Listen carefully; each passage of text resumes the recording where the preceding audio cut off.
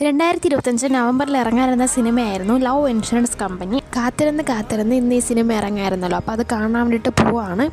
നല്ല ലേറ്റായിട്ടാണ് ഇറങ്ങിയത്. അതുകൊണ്ട് തന്നെ വീട്ടിൽ നിന്ന് ഇറങ്ങിയതൊന്നും വീഡിയോ എടുക്കാനൊന്നും പറ്റിയില്ല. അതെല്ലാം കഴിഞ്ഞ് പുറത്തോട്ട് ഇറങ്ങിയപ്പോഴാണെങ്കിൽ അത് ഭയങ്കര ബ്ലോക്കായിരുന്നു. അവിടെ എത്തുന്നവരെയും നല്ല രീതിയിൽ ബ്ലോക്ക് ഉണ്ടായിരുന്നു. അതിനിടയിൽ ഒരു ഗ്യാപ്പ് കിട്ടിയപ്പോൾ നമ്മൾ കപ്പലണ്ടി മേടിച്ചിട്ടുണ്ടായിരുന്നു. അതകത്തേക്ക് അലൗഡും അല്ല. പിന്നെ അവിടെ ഇരുന്ന് കഴിച്ചു തീർക്കാനുള്ള സമയം ഇല്ലാത്തതുകൊണ്ട് നമ്മൾ ഹെൽമെറ്റിനുള്ളിൽ വെച്ചിട്ടായിരുന്നു പോയത്.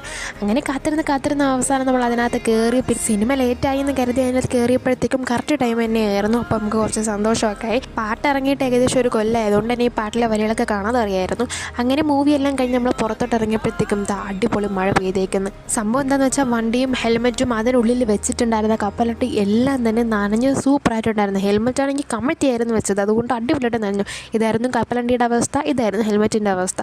ഇതെല്ലാം നമ്മൾ ഒരു വിധത്തിൽ സെറ്റാക്കി നമ്മൾ അങ്ങോട്ട് പോകാനിറങ്ങി. നമ്മൾ പോകുന്നത് KFC കഴിക്കാനാണ്. അവിടെ ഭയങ്കര തിരക്ക്. അങ്ങനെ അതിൻ്റെ തൊട്ടടുത്തുള്ള ഒരു ഔട്ട്ലെറ്റിലേക്ക് നമ്മൾ ലൊക്കേഷനിട്ട് പോയപ്പോൾ നമ്മൾ അതിനകത്ത് കയറിയിട്ടുണ്ടായിരുന്നു. കയറി നമ്മൾ ഓർഡർ പ്ലേസ് ചെയ്യാൻ നിൽക്കുമ്പോഴാണ് അവിടുത്തെ സ്റ്റാഫ് പറയുന്നത് മിനിമം 3 മണിക്കൂറെങ്കിലും ആവുന്നു. 3 മണിക്കൂർ കൊണ്ട് നമുക്ക് അവിടെ നിൽക്കാൻ പറ്റില്ല. കാരണം അങ്ങനെ എന്തായാലും KFC കഴിക്കാൻ ഇറങ്ങിയതല്ലേ എന്ന് വിചാരിച്ചിട്ട് മോൾ ഓഫ് ട്രാങ്കോറിൽ പോകാമെന്ന് വിചാരിച്ചു.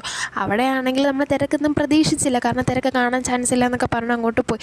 ഈ എസ്കലേറ്ററൊക്കെ വഴി കയറി നമ്മളങ്ങനെ വലിയ എക്സ്പെക്റ്റേഷനോട് പോയപ്പോഴാണ് ഈ കാഴ്ച കാണുന്നത്. അവിടെ ഭയങ്കര തിരക്ക്.